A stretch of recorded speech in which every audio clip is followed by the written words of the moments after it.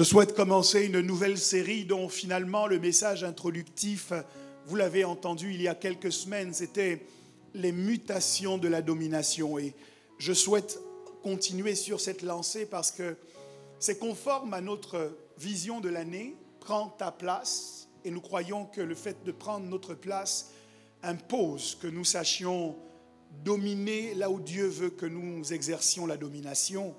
La vraie question, c'est dans ces conditions, comment faire, puisque nous savons que Dieu nous a créés pour dominer. Il a dit, faisons l'homme à notre image et notre ressemblance et qu'il domine. Comment nous faisons concrètement pour exercer la domination? Nous ne sommes pas à notre place si nous sommes dominés au lieu d'être ceux qui dominent. C'est pour cette raison que j'ai choisi de prendre un peu de temps et d'égrener comme cela au cours de toute une série les différentes manifestations de la domination que je vous ai présentées il y a quelques semaines. Et ce matin, le titre que j'ai donné à mon premier échange à ce sujet, c'est l'art de la nomination. La nomination est un art, en fait c'est une science, il y a une mécanique qui justifie la capacité de nommer et c'est de cela que je veux vous parler aujourd'hui. Pour fixer mon propos, ouvrez s'il vous plaît vos Bibles avec moi en Genèse, chapitre 2, le verset 19, nous aurons deux textes de base. Le premier c'est celui que je viens d'édicter ici et le second c'est Genèse 35, versets 16 à 18. Genèse 2 au verset 19 dit: L'Éternel Dieu forma de la terre tous les animaux des champs et tous les oiseaux du ciel, et il les fit venir vers l'homme pour voir comment il les appellerait. Dites avec moi, comment il les appellerait. Et la suite dit, et afin que tout être vivant portât. Dites avec moi, afin que tout être vivant portât le nom que lui donnerait l'homme. Continuons notre lecture en Genèse 35, versets 16 à 18. Il est dit, ils partirent de Béthel, et il y avait encore une certaine distance jusqu'à Ephrata lorsque Rachel accoucha. Elle eut un accouchement pénible, et pendant les douleurs de l'enfantement, la sage-femme lui dit, ne crains point, car tu as encore un fils. Et comme elle allait rendre l'âme, car elle était mourante, elle lui donna le nom de Ben-Oni, ce qui signifie fils de ma douleur. Mais le père l'appela Benjamin, Ben-Yamin, ce qui signifie fils de ma droite. C'est de l'art de la nomination que je veux vous parler aujourd'hui. Je souhaite vous rappeler que lorsque Dieu crée l'homme et qu'il le met dans le jardin, il le crée afin que l'homme domine. On est d'accord? Dites Amen. Et que le premier acte de la manifestation de cette domination pour Adam va consister à nommer les animaux. Donc la Bible dit que l'Éternel fait venir vers Adam les animaux afin qu'Adam leur donne un nom. Je crois que Dieu continue dans notre quotidien, dans notre vie de tous les jours à suivre le même process, c'est-à-dire qu'il nous met à un endroit et il fait approcher de nous les animaux. La seule différence avec Adam, c'est que ces animaux ne sont pas ceux que nous connaissons, que nous pourrions voir dans un zoo. Les animaux que Dieu fait approcher de nous ressemblent à tous les types de problèmes que nous confrontons dans la vie de tous les jours. Dieu nous place à un endroit et il fait approcher de nous la pauvreté pour voir comment nous allons l'appeler. Il fait approcher de nous l'animal qui s'appelle la maladie pour voir quel est le nom que nous allons lui donner. Il fait approcher la faiblesse pour voir quel est le nom que nous allons lui donner en nous ayant au préalable indiqué que désormais, à cause de ce que Dieu a fait, le pauvre dit « je suis riche » et le faible dit « je suis fort ». Ça veut dire que Dieu nous met dans une situation où quand la faiblesse arrive, nous pouvons changer le nom de la faiblesse. Je comprends mieux pourquoi l'apôtre Paul peut dire « Je me glorifierai donc davantage de mes faiblesses, puisque dans ma faiblesse, la puissance de Dieu trouve un espace pour se manifester. » Donc pendant que tu es là, tu fais tout pour éviter les problèmes et tu ne comprends pas comment les problèmes font pour te trouver là où tu t'es caché. Ils te trouvent parce que Dieu a la charge de les faire approcher afin de voir le nom que tu leur donneras. Tu as beau te cacher et les fuir, mais ils vont quand même te trouver parce que la responsabilité de Dieu, c'est de les emmener à te localiser parce que si tu n'exerces pas la nomination, tu n'exerces pas la domination. Donc il y a des choses que Dieu fait approcher de toi, il y a des gens que Dieu fait approcher de toi. Une femme qui n'a pas réussi à faire la distinction entre un gorille et un homme peut lier sa vie à un gorille ou à un singe qui saute de branche en branche. Elle a besoin de donner un nom à toutes les personnes qui s'approchent d'elle pour identifier ce qu'elles sont en capacité de lui apporter ou ce qu'elles sont en capacité de lui enlever. Dieu fait approcher de nous des situations, Dieu fait approcher de nous des gens, Dieu nous met dans des conditions où il souhaite que nous exercions notre mandat de dominant en donnant un nom à ces choses qu'il fait approcher de nous. J'aimerais que tu te demandes un instant, as-tu déjà commencé à donner des noms à ce qui vient jusqu'à toi? Ou t'es-tu plutôt réfugié ou caché en disant je ne veux pas voir ces choses? Peuple de Dieu, vous devez savoir qu'un lion c'est quelque chose d'assez impressionnant. Un éléphant c'est quelque chose d'assez massif. Un rhinocéros ne vous donne pas l'impression d'être en sécurité. Mais quand ces animaux s'approchaient d'Adam, Adam n'a pas fui devant eux. Adam leur a fait face et Adam a dû leur donner un nom à chacun. Dis à ton voisin, cesse de fuir. Les difficultés de la vie, les problèmes de la vie, cesse de les fuir. Confronte-les, affronte-les et nomme-les.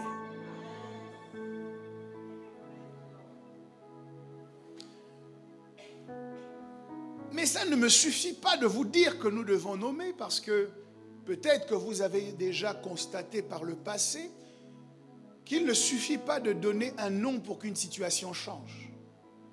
Parfois, vous avez fait des décrets et ils ont été sans effet. Parfois, vous avez voulu appeler la pauvreté richesse, mais elle s'est imposée pauvreté. Vous avez voulu appeler la faiblesse force, mais elle s'est imposée faiblesse. Parce qu'elle n'a pas suivi le deuxième membre de l'équation. Si vous étudiez bien le verset que nous venons de lire, il y a deux choses. La Bible dit afin qu'Adam leur donne un nom pour voir comment Adam leur donnerait un nom. Donc il y a une méthode, un processus par lequel Adam est passé pour donner un nom. C'est ce qui est révélé par le comment. Afin que les animaux, chaque animal porta le nom. Donc il y a dans un côté le fait qu'on lui donne un nom et dans un autre sens le fait que l'animal accepte de porter le nom qu'on lui donne. Parfois vous voulez nommer une situation mais la situation n'accepte pas de porter le nom que vous lui avez donné. Il y a de la résistance et de la rébellion à l'intérieur de cette chose par rapport au nom que vous voulez lui donner. Et donc, si vous voulez que votre domination soit suivie de résultats, vous devez apprendre l'art de donner des noms. Est-ce que ça intéresse quelqu'un ce matin? Sinon, je peux changer de message. J'ai dans ma tablette un message notamment sur les démons qui se cachent dans le trône de Satan. Je pourrais, si vous le souhaitez, vous entretenir à ce sujet. Il paraît que beaucoup de chrétiens aujourd'hui sont férus de ce type de message. Bien que je n'arrive toujours pas à identifier où se trouve la bonne nouvelle à l'intérieur de la nature du démon. Je veux donc aller dans le sens de ce que j'avais prévu de faire ce matin, c'est de vous parler de l'art de la nomination. Il y a une mécanique, une méthode que vous devez comprendre et savoir respecter si vous souhaitez que le nom que vous donnez à une situation s'impose à la situation que vous nommez. il y a des conditions que vous devez rassembler. La première, c'est la condition de la ressemblance. Faisons l'homme à notre image, selon notre ressemblance, et qu'il domine. Si vous partez du principe que son premier acte de domination, ce sera la nomination, je pourrais dire, faisons l'homme à notre image, selon notre ressemblance, et qu'il donne des noms. Ça veut dire que pour avoir le droit de donner des noms qui produisent des résultats, vous devez réussir à satisfaire la condition sine qua non de la ressemblance. C'est parce que Adam ressemble au Créateur que la création accepte de porter le nom qu'Adam lui donne. C'est parce que Adam est à l'image du Créateur que la création reconnaît dans Adam le Créateur et choisit de porter le nom qu'Adam donne. En vérité, elle ne se laisse pas nommer par Adam, elle se laisse nommer par celui qui l'a créé et qu'Adam représente ou qu'Adam porte en lui. Lorsque le lion voit Adam, il ne voit pas Adam, il voit le Dieu qui a créé Adam et qui a pris son visage et qui l'a collé sur Adam. Le lion se soumet parce qu'il y a l'image. Et l'image, c'est le message.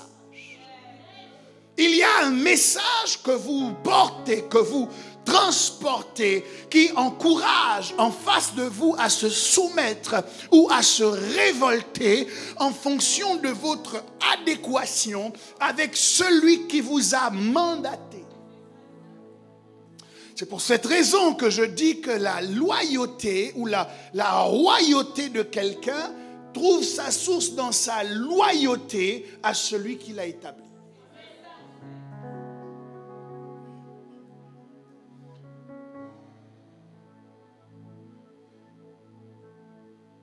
La première condition pour que le nom que vous souhaitez donner à une situation porte du fruit, c'est de travailler à maximiser votre ressemblance avec celui qui a le droit de donner des noms parce qu'il a créé les choses que vous voulez nommer. Plus nous ressemblons à Dieu, plus les noms que nous donnons s'imposent aux choses que nous nommons. Moins nous ressemblons à Dieu, plus les situations que nous voulons nommer nous rappellent que nous n'avons pas le droit de leur donner un nom parce que nous ne ressemblons pas à celui qui a autorité sur elles.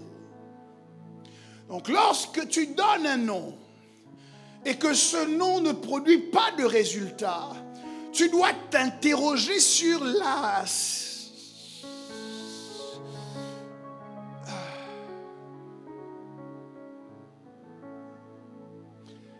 tu dois t'interroger sur le niveau de ressemblance que tu as avec Dieu.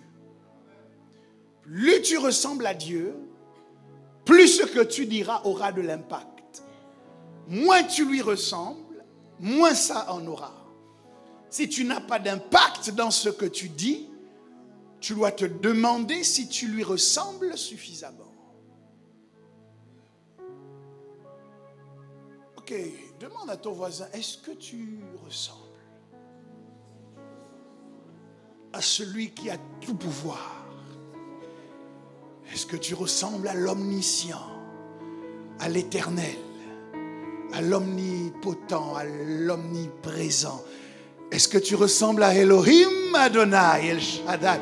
Est-ce que tu ressembles au puissant guerrier? Est-ce que tu ressembles à l'éternel des armées? Est-ce que tu lui ressembles? Peuple de Dieu, vous devez réaliser que faire tous nos efforts pour ressembler davantage à Dieu n'est jamais une perte de temps. Mais que notre vie devrait être orientée sur le fait de lui ressembler davantage. Moïse avait de sérieux problèmes de leadership en Israël. Le peuple murmurait contre lui, remettait en cause sa légitimité, son autorité, sa spécificité. Le peuple le contestait à toute occasion. Mais il a connu un temps d'accalmie quand il est allé passer beaucoup de temps dans la présence de Dieu. Et qu'en descendant de la montagne, son visage renvoyait une lumière qu'aucun homme ne pouvait soutenir. À ce moment, on a mis un voile au-dessus de sa tête. Et même ceux qui avaient le projet de contester Moïse ne pouvaient plus le voir en face. Ce qui a renforcé son pouvoir, son autorité, c'est le temps qu'il a passé dans la présence de Dieu. Donc plus nous passons du temps dans la présence de notre Dieu, plus les problèmes que nous confrontons, que nous affrontons sont obligés de se soumettre à ce que nous disons. Jésus lui-même descend de la montagne de la transfiguration et on lui présente un enfant qui est possédé. Et le père de cet enfant explique, je l'ai emmené à tes disciples et aucun d'eux n'a rien pu faire. Jésus chasse le démon et ses disciples viennent le voir en lui disant, mais maître, comment se fait-il que tu as chassé ce démon que nous n'avons pas pu chasser? Jésus leur répond, cette sorte de démon ne sort que par le jeûne et la prière. Sauf qu'avant de chasser ce démon, Jésus lui-même n'a pas jeûné. Jésus lui-même n'a pas prié. D'où tenait-il cette autorité alors qu'il vient de dire à ses disciples qu'il faut le jeûne et qu'il faut la prière? Vous devez noter qu'il descend de la montagne de la transfiguration. Que cet esprit avait tendance à jeter l'enfant tantôt dans le feu, tantôt dans l'eau. Et que sur la montagne de la transfiguration, Jésus s'est entretenu avec deux personnalités de la Bible. Le premier, c'est Élie qui a l'autorité pour faire descendre le feu du ciel. Le deuxième, c'est Moïse qui a le pouvoir de séparer les eaux. Jésus s'est entretenu avec les deux personnalités qui avaient le secret qu'il fallait afin de triompher de cet esprit qui jetait l'enfant tantôt dans le feu, tantôt dans l'eau. Avoir passé du temps sur la montagne de la transfiguration où le Père a dit « Celui-ci est mon fils bien-aimé en qui j'ai mis toute ma faveur », a rempli Jésus d'aptitude qui faisait que lorsqu'il descend, les démons ne peuvent pas lui résister parce que la ressemblance au Père était trop forte. Est-ce que tu ressembles à Dieu? Demande à ton voisin, est-ce que tu ressembles à Dieu? Non, je ne questionne pas ici ton mascara, je ne questionne pas ici ton maquillage, je ne questionne pas l'ergonomie de ton visage, le design de ton nez, qu'il soit fin ou qu'il soit large. Cela m'importe peu, parce que Jésus nous a enseigné que Dieu est esprit et qu'il faut que ceux qui l'adorent, l'adorent en esprit et en vérité. Il ne s'agit pas d'une ressemblance physique, mais il s'agit d'une ressemblance dans l'esprit. Et la ressemblance que nous captons dans l'esprit, c'est le caractère de Dieu que nous personnifions. Lorsque dans notre caractère, nous ressemblons davantage à Jésus, les situations de la vie qui croisent notre chemin ne pensent pas nous croiser nous, mais pensent croiser Jésus. Lorsqu'on a appelé les premiers chrétiens, ce n'est pas qu'ils étaient passés par la chirurgie esthétique afin de ressembler physiquement à Jésus, mais dans leur caractère, dans leur façon de parler, dans leur façon de penser, dans leur façon d'agir, on discernait le Messie, on discernait le Maître. Et à ce moment, on a dit, ceux-là sont des petits Christ. Si en te voyant parler, on reconnaît ton Père qui est dans le ciel, alors on se soumettra, non pas à toi, mais à ton Père qui est dans le ciel. Si en te voyant agir, on reconnaît la main de Dieu Tout-Puissant, on se soumettra non pas à ta main, mais à la sienne. C'est pour cette raison que sur la terre des vivants, Jésus agissait toujours en adéquation parfaite avec ce qu'il voyait le Père faire. Il dit, le Fils ne fait rien de lui-même, Mais ce qu'il voit le Père faire, il le fait pareillement. Vous devez rentrer dans un mimétisme tel qu'Enoch l'a connu. Le texte dit, Enoch marcha avec Dieu et il ne fut plus parce que Dieu le prit. Il y a une dimension où quand vous marchez avec Dieu, vous n'êtes plus. Vous avez tellement appris à lui ressembler dans la démarche que quand on vous regarde, on ne vous voit plus, mais on voit Dieu à l'intérieur de vous. Quand vous levez la main, vous la levez en même temps que lui, à tel point qu'on ne vous voit plus, mais on voit la main de Dieu qui se lève. Et quand vous parlez, on ne vous entend pas, mais on entend la voix d'Élohim à l'intérieur de vous, parce que vous lui ressemblez tellement que vous ne parlez pas de vous-même, mais que vous parlez de sa part. La première condition pour que les noms que vous donnez aux situations aient de l'impact, c'est la condition de la ressemblance. Plus nous ressemblerons à Dieu, plus les noms que nous donnerons, les décrets que nous allons promulguer auront de l'impact sur la terre des vivants. Je voudrais que tu conseilles ton voisin de ma part en lui disant « ressemble à Dieu ». Oh, cherche à lui ressembler davantage. Est-ce que je peux avoir quelqu'un pour illustrer cela?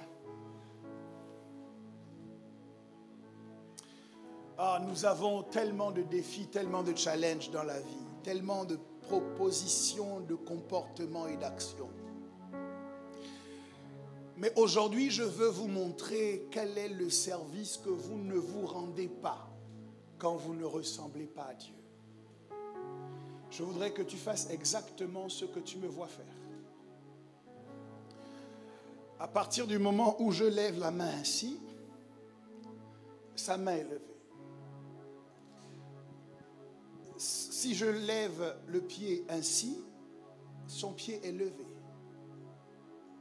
Et toutes les situations de la vie en face de nous, en la voyant agir ainsi, ont l'impression de me voir moi et de me reconnaître en elle. Et donc l'autorité que j'ai est téléchargée en elle et affecte les circonstances de la vie. Jusqu'à ce que la musique soit rompue. Et que désormais, elle fasse autrement. Quand je lève la main, autrement.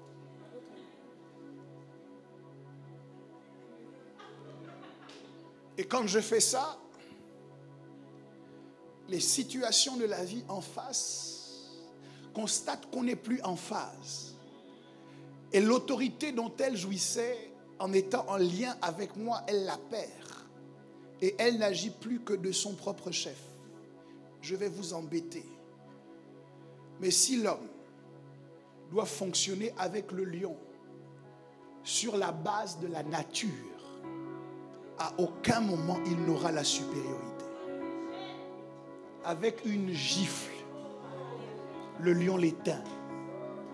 Si l'homme veut discuter avec l'éléphant sur la base de la nature, il ne peut avoir le dessus.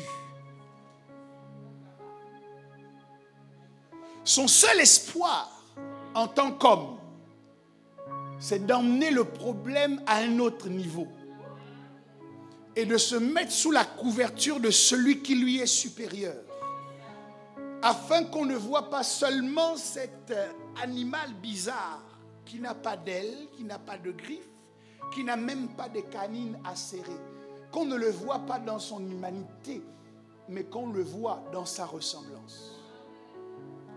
Ça veut dire que chaque fois que je fais quelque chose que Dieu ne fait pas, je perds en pouvoir. Chaque fois que je dis quelque chose que Dieu ne dit pas, je perds en impact. Chaque fois que j'agis dans une sorte de comportement qui est à des années-lumière de ce que Dieu veut, je perds en faculté d'influence. Ouais. Merci. Donc pour beaucoup d'entre nous, nous avons une dose de pouvoir qui est réduite. Parce que notre travail de tous les jours, ce n'est pas de chercher à lui ressembler. Nous avons d'autres ambitions. La deuxième condition pour que le nom que nous donnons ait de l'impact, c'est la condition de la représentation. La ressemblance et la représentation ne sont pas exactement la même chose. La ressemblance et l'image, je lis cela au Créateur et à Dieu. En ce qui concerne la représentation, vous devez savoir que Dieu a donné la terre aux hommes.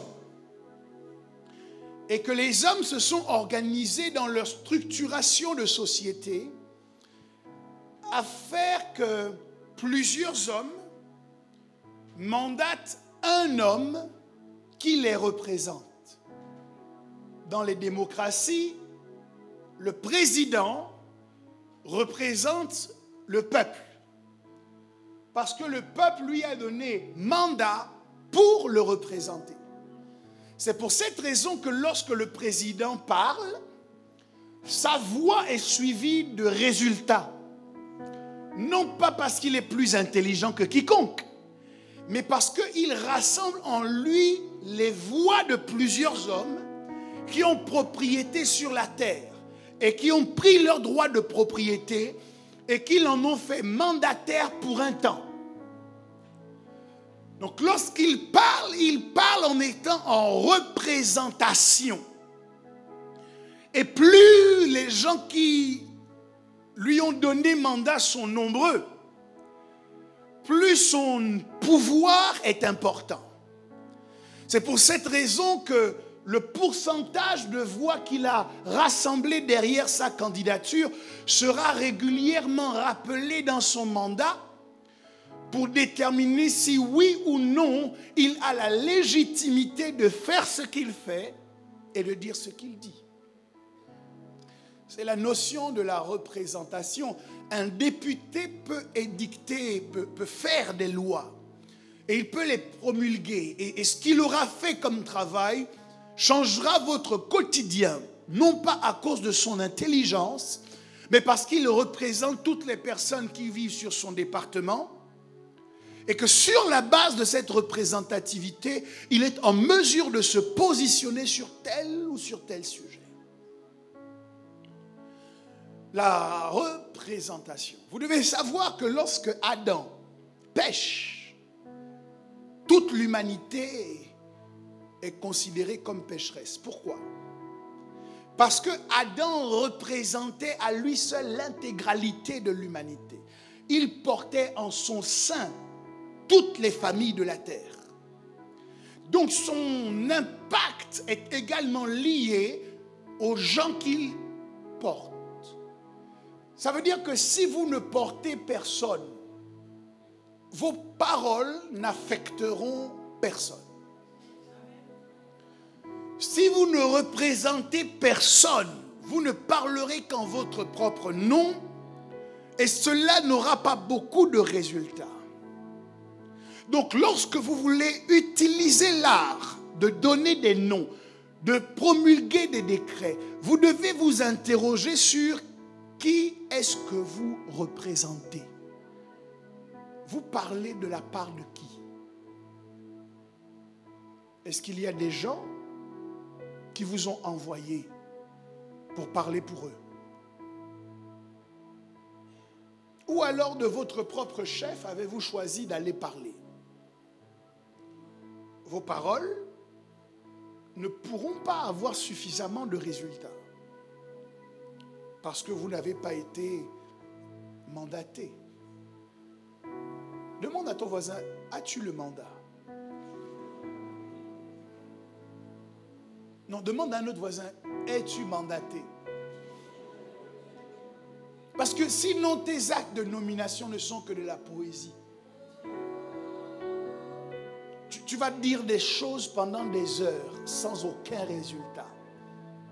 C'est pour cette raison que Jésus, lorsque les disciples sont en âge ou en mesure de faire certaines choses, Jésus leur donne le pouvoir et Jésus les envoie. quand il se présente devant un esprit méchant, il se présente comme étant mandaté. C'est pourquoi dans un quartier, le chef de quartier a plus de pouvoir que le citoyen du quartier. Est-ce que vous me suivez? C'est à cause du pouvoir de la représentativité. Donc, en tant qu'enfants de Dieu, si nous voulons être capables d'accroître l'impact de nos prises de parole, il nous faut travailler à gagner davantage en représentativité. Ça veut dire que dans nos interactions humaines, nous devons susciter dans le cœur des gens auxquels nous parlons une confiance telle, une loyauté telle qu'ils sont en mesure de se déposséder de leur droit à la parole pour nous le confier en nous disant à nous, toi, parle pour nous. C'est pour ça que vous ne devez pas mépriser les noms qui sont dans votre répertoire. Parce que chaque nom est un pouvoir. Parfois, vous n'avez pas besoin que la personne vous rende un service. Mais vous avez besoin que la personne puisse vous dire un jour, toi, parle pour nous. C'est aujourd'hui que vous construisez les réseaux qui vont vous élire demain. La politique, ce n'est pas seulement la prophétie, c'est aussi la stratégie. Tu ne peux pas dire je serai maire, mais tu es en bis-bis, en inimitié avec tous tes voisins. Qui va t'élire? Qui va voter pour toi? Si tu as la promesse qu'un jour tu devras exercer les fonctions d'un édile municipal, tu dois t'organiser pour avoir des relations autour de toi auxquelles tu inspires confiance, qui te regardent comme quelqu'un de sérieux, qui se dit si lui s'occupe de nos affaires marcheront. Le jour où la situation, l'opportunité va se présenter et que ton visage ou ton nom sera sur un bulletin de vote, c'est l'appel que tu leur avais passé un jour qui va remonter dans leur cœur. Au moment où ils n'avaient rien à t'offrir, c'est cela qui va les emmener à se dire, lui, je peux voter pour lui. Mais nous détruisons ce mécanisme de la représentativité lorsque nous ne soignons pas nos relations, lorsque nous méprisons nos relations, lorsque nous parlons en mal les uns des autres, que nous parlons mal aux autres, que nous nous comportons mal avec les autres. Tu sais, parfois c'est une personne que tu as frustrée il y a 10 ans qui aura son mot à dire sur ta promotion qui doit venir dans 5 ans. Tant qu'à faire, autant que cela dépend de vous, soyez en paix avec tous les hommes. Et ne ratez jamais l'opportunité de faire du bien à quelqu'un. Quelqu'un vient vous voir, il a un problème financier, vous avez un peu d'argent, ne dites pas pars et on verra plus tard et après vous l'oubliez. Si vous pouvez l'aider aujourd'hui, aidez-le maintenant parce qu'un bienfait n'est jamais perdu. Il y a des gens qui voudront t'aider lorsque tu conduiras ta Porsche. Ils viendront frapper à ta porte et diront, je t'ai offert une... Non, je ne vais pas citer de nom de voiture ici. Mais le type de voiture qu'ils vont vouloir t'offrir, même ton jardinier, tu ne souhaiterais pas qu'il conduise ça. Tu leur diras, merci de votre aide, mais je n'en ai plus besoin. Aujourd'hui, si on t'offre cette voiture, tu la prends en disant merci. Mais demain, ça n'aura plus de valeur. Donc, si tu dois dire quelque chose à ton voisin pour résumer ce que je viens de dire, aide-moi maintenant.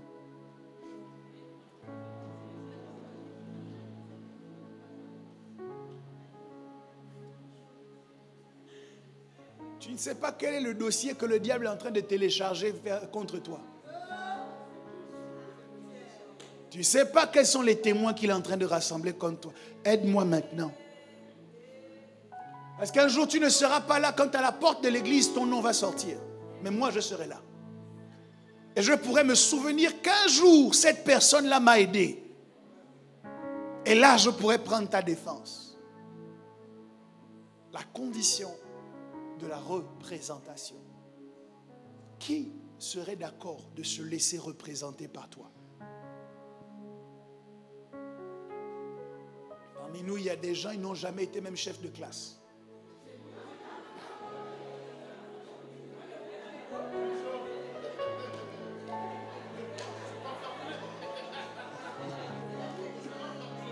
Je ne dis pas que tu as raté ta vie.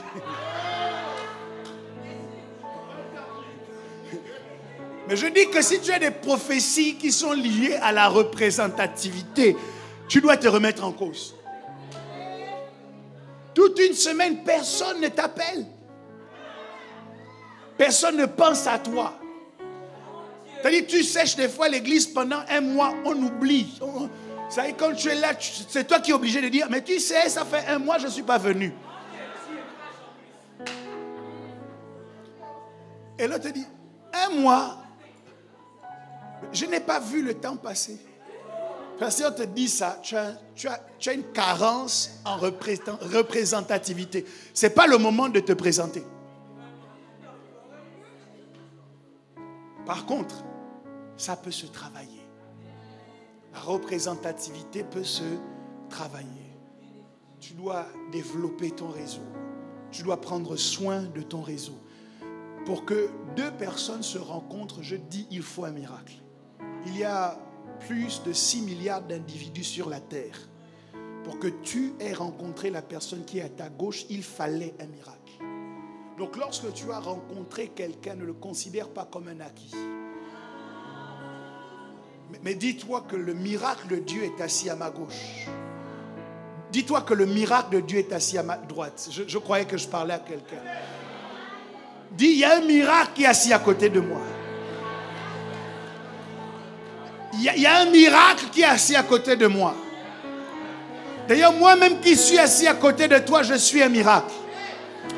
C'est parce que tu ne sais pas ce par quoi je suis passé. Tu ne sais pas combien de fois le diable a travaillé pour que je n'arrive pas à cet âge-là. Pour que je n'arrive pas dans ce pays-là. Pour que je n'arrive pas dans cette église-là. Pour que je ne reste pas dans cette église-là. Mais pour que je sois là, c'est parce que je suis un miracle de Dieu.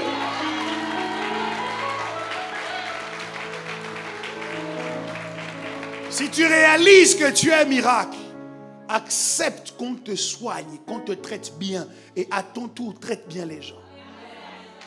Tu en auras besoin lorsque tu voudras promulguer des décrets pour que ces décrets-là produisent des résultats. La troisième condition, c'est la condition de la légitimité. La première condition, c'est tu parles comme ça parce que tu ressembles à qui? La deuxième condition, c'est tu représentes qui? La troisième condition, c'est de quel droit parles-tu ainsi? Qu'est-ce qui te communique la légitimité de te prononcer sur tel sujet? Il y a des gens qui, sur ce point, ne seront peut-être pas d'accord avec moi, et je l'entends parce qu'à ce moment, ça ressemble à des positionnements politiques. Mais permettez-moi que je vous livre mon sentiment. Il y a aujourd'hui une appétence de plus en plus développée pour ce qu'on appelle la démocratie participative. Il y a parmi nous des gens qui sont d'accord avec, et vraiment, je ne veux pas que vous vous sentiez mal, mais moi, je me sens mal par rapport à ça. Et je vous explique pourquoi. Je n'ai pas envie qu'on me demande mon avis sur est-ce qu'on doit continuer le nucléaire ou pas. Parce que je ne sais rien au sujet du nucléaire. Je n'ai pas envie que mon voisin dise. Même si on nous prend tous dans mon quartier, je n'ai pas envie que ce soit les gens de mon quartier qui décident si on continue le nucléaire ou pas. Parce que je ne suis pas sûr qu'ils sachent ce que c'est le nucléaire et ce que ça n'est pas. Mais vous aimez la démocratie participative, grand bien vous en fasse, je ne suis pas en train de vous juger, je vous lis seulement mon sentiment. Ça illustre mon propos, et vous voyez le lien avec ma prédication, parce qu'à un moment donné, ça pose toujours une question de légitimité. Qu'est-ce qui te donne le droit de parler? Est-ce que juste parce que j'ai la nationalité française, ça me donne la connaissance qu'il faut pour arbitrer des questions au sujet du nucléaire? Non. Je pense que pour bien approcher ces questions, il y a des études qu'on doit faire. Il y a parfois des diplômes qu'on doit avoir. Il doit y avoir des spécialistes qu'on a consultés à gauche, à droite. On doit avoir suffisamment de connaissances sur le sujet avant d'en parler. Mais celui qui n'a jamais dirigé même une cellule et qui vient donner des leçons sur comment on dirige l'Église, on peut lui demander quelle est la légitimité avec laquelle il parle.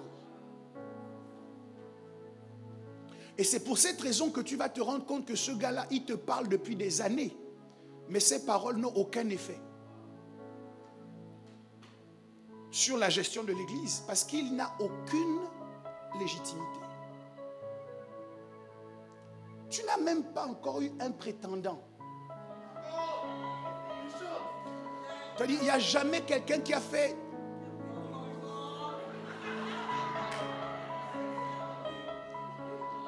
Mais c'est toi qui vas prendre ta bouche pour aller parler du mariage de tels frères et de telles sœurs. Quand je les vois, je trouve qu'ils ne vont pas bien ensemble. Mais toi-même, tu es ensemble avec qui?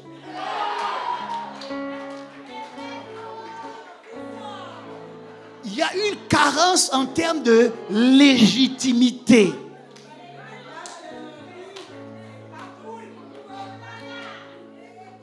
Parfois, tu es pasteur d'une église de 50 personnes.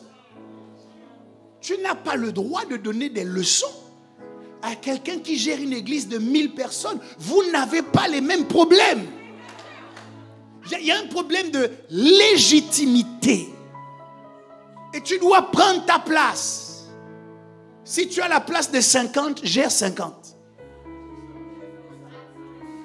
Même les Romains étaient organisés comme ça. Le centenier ne vient pas se présenter comme un chef de légion. Il gère 100 personnes. Il a les réalités de 100. Ton salaire sur ta fiche de paye n'a jamais dépassé 1500 €. Je ne dis pas que c'est mauvais. Je n'ai pas dit ça. Mais je dis, tu ne peux pas te fâcher contre quelqu'un qui dort dans une suite à 3000 € alors qu'il gagne 300 000 €. Parce qu'en termes de ratio, quand il dépense 3 000 €, c'est comme si toi tu dépensais 30 €.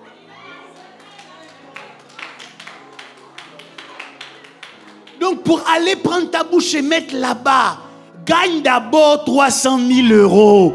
Après, quand tu vas parler, on va écouter. Il y a des gens qui vivent dans certains pays où on a le temps. Tu peux te lever à 10 h, tu te laves à midi, tu vas t'asseoir chez un oncle à 14 h, en attendant qu'il te donne un peu d'argent. Tu ne peux pas comprendre les réalités de quelqu'un qui est dans un pays où on se lève la nuit, où on affronte le froid pour aller au travail et on travaille pendant des heures.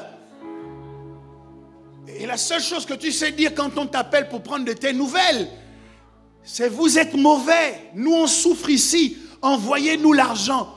On n'est pas fâché avec l'idée de t'envoyer de l'argent.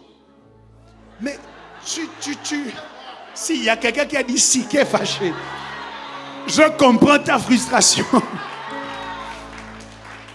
Mais dis-toi qu'à celui qui a beaucoup, on demandera beaucoup. Peter Parker a dit un grand pouvoir implique de grandes responsabilités. Donc si on te donne autant de responsabilités, c'est que tu es l'homme araignée. Non, c'est que tu as beaucoup de pouvoir.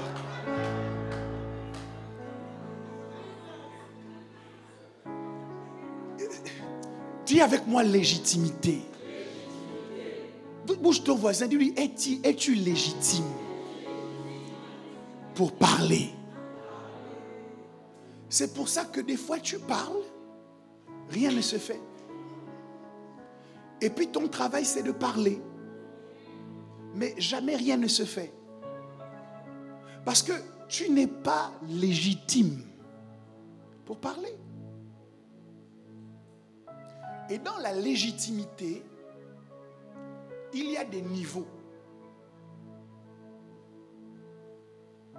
Un frère aîné peut avoir de la légitimité pour parler dans la vie de son frère cadet.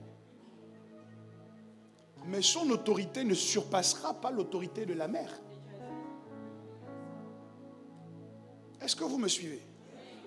Donc quand on dit chacun doit prendre sa place, c'est que avant de prendre ta bouche pour la mettre, et c'est ça le problème avec... on va m'attaquer ici. J'ai failli dire le problème avec les démocraties. La démocratie, c'est bien. C'est bien. La liberté d'expression, c'est bien. Que cela soit enregistré. Je trouve que tout cela est bien. Voilà.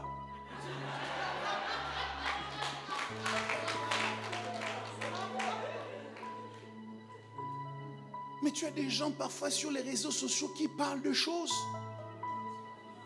Je dis, mais même toi-même, tu n'as pas pitié de ta vie. Spirituellement, vous devez comprendre que ça a toujours de l'impact de parler. Parce que les paroles ne sont pas neutres. Le monde dans lequel nous vivons a été créé au moyen de la parole. Chaque parole est une... comment dire? C'est un interrupteur. Soit vous avez, quand vous avez parlé, vous avez la puissance pour allumer. Soit vous avez la faiblesse pour qu'on vous éteigne. C'est pour ça qu'on dit par tes paroles, tu seras justifié. Et par tes paroles, tu seras condamné. C'est-à-dire que chaque parole que tu prononces a un double impact. Soit elle est adossée à une légitimité qui te donne le droit de parler et donc c'est suivi des faits.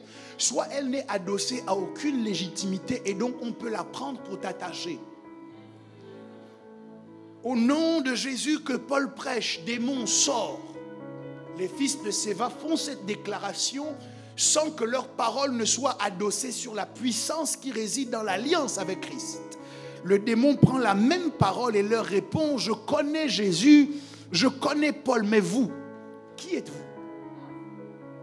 Vous n'êtes pas légitime pour me parler. Vous n'êtes ni en alliance avec Paul, ni en alliance avec Jésus. Et puisque vous vous prévalez de ceux dont vous n'avez pas la puissance, laissez-moi vous montrer la véritable puissance. Ils furent sévèrement battus et sont sortis de là nus et blessés. Il y a des gens qui parlent parce qu'on ne les a pas encore battus. Parce que toi-même tu es au courant que si on était dans le monde, jamais tu n'allais parler comme ça. C'est l'évangile qui t'a donné le droit. C'est le nom de Jésus dans lequel tu te caches. Parce qu'à la porte là, aller-retour, balayage, mangamba.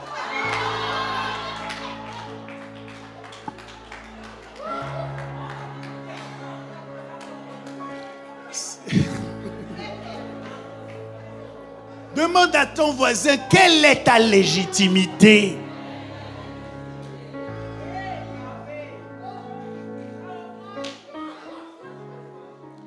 C'est tout cela qui donne de l'autorité à ce que tu dis. Une fois que tu as compris cela et que tu les mets en musique dans ta vie, tu as la capacité soit d'accroître l'impact de tes paroles, soit de le diminuer. Mais il arrive aussi que nous-mêmes nous soyons victimes des paroles de quelqu'un. De quelqu'un qui a compris la mécanique et qui, en se basant sur cette mécanique, dit des choses sur nous et ces choses finissent par nous affecter.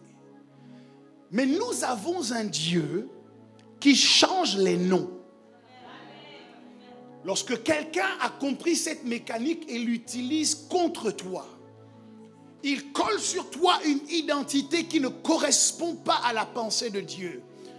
tu pourrais être complètement désemparé et désespéré en disant, voici le nom qu'on m'a donné. Voici comment tout le monde m'appelle. Voilà comment tout le monde me voit. Et tu es comme forcé de porter le nom qu'on t'a donné. Tu n'as pas assez de force pour rejeter le mauvais nom. Et te voici qui le porte, où que tu ailles.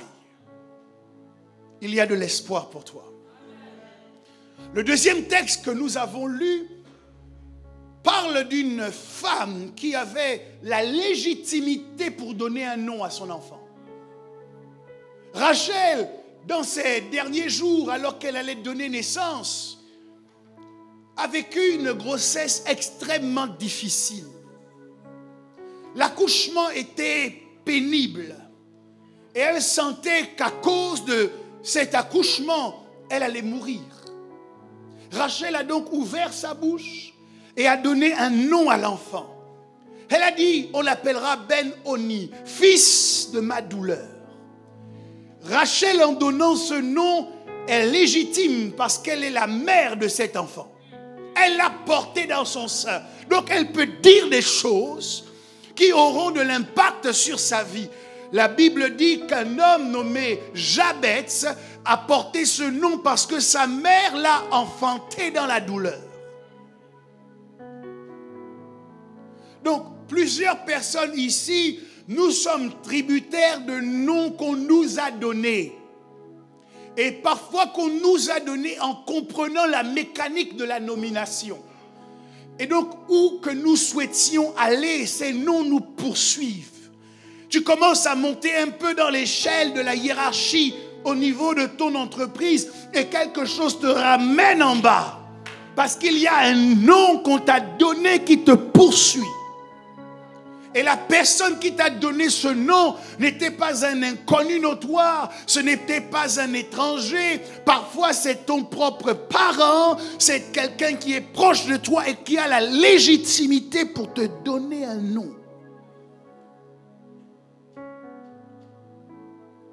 Mais lorsque la mécanique des noms joue en notre défaveur, Dieu rentre en ligne de compte pour réaligner notre nom à notre destin.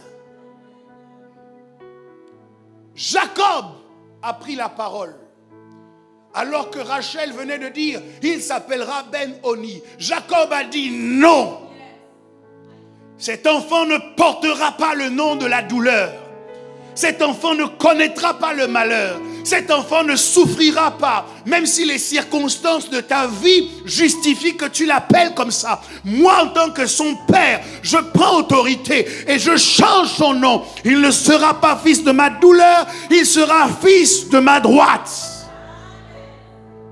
Chaque fois que le monde veut nous donner un nom, chaque fois que les hommes veulent nous donner un nom, le ciel reconnaît leur autorité pour nous donner ce nom. Il reconnaît la mécanique, mais cette autorité leur a été donnée dans un cadre précis. Le cadre qui a été fixé, c'est le cadre de nous faire du bien. Lorsque le nom qu'on te donne ne te fait pas de bien, le Père qui est dans le ciel se substitue aux hommes qui ont fait faillite quand il fallait te nommer. Et lui-même, il prend la parole. Abraham, pourquoi t'appelles-tu seulement Père élevé? Dans la destinée enregistrée au ciel, tu ne devais pas seulement être Père élevé, mais tu devais être le Père d'une multitude. Alors laisse-moi te rencontrer et laisse-moi te rebaptiser. Tu ne t'appelleras plus Abraham, tu t'appelleras Abraham. Et Sarai ne sera plus Sarai, mais elle sera Sarah. Parce qu'il doit y avoir un réalignement entre le nom et la destinée que j'ai prévue. Quel est ton nom? Je suis Jacob. Jacob n'est pas connu au ciel. Au ciel, on ne t'appelle pas voleur. Au ciel, on ne t'appelle pas supplanteur. Désormais, tu ne seras plus Jacob, mais tu seras Israël. Parce qu'il faut que ta destinée suive son cours. Le nom de quelqu'un est en train de changer. Dieu est venu changer le nom de quelqu'un. Dieu est venu changer l'identité de quelqu'un. Tu n'es plus obligé de porter ce nom. Tu n'es plus obligé de le porter. Si ce nom ne te fait pas de bien, tu peux le rejeter. Si ce nom ne te bénit pas, tu peux le repousser. Si ce nom ne te construit pas, tu peux le refuser. Ce qui compte, c'est l'accomplissement de ta destinée. Laisse que Dieu parle sur ta vie ce matin et qu'il te fasse connaître un nom nouveau. Un nom différent. Un nom que les hommes ne peuvent pas combattre. Un nom qui ne peut pas être éteint par les murmures. Quelle que soit leur manigance, quelle que soit leur déclaration, tu dois savoir que dans le désert, on ne boit du sable qu'en l'absence d'eau. Tant qu'il n'y a pas d'eau, on est tenté de boire du sable. Tant que ceux qui ressemblent vraiment à Dieu n'ont pas parlé, les paroles de ceux qui ne ressemblent pas à Dieu ont de l'impact. Tant que ceux qui n'ont pas l'image et la ressemblance n'ont pas pris la parole pour avoir voix au chapitre, c'est seulement ceux qui parlent sans savoir, sans ressemblance, sans légitimité, c'est eux que la terre écoute. Mais le temps vient où ceux qui se sont tus parleront. Ils ont fait silence parce qu'ils travaillaient la ressemblance. Mais la saison vient où ils vont briser le silence.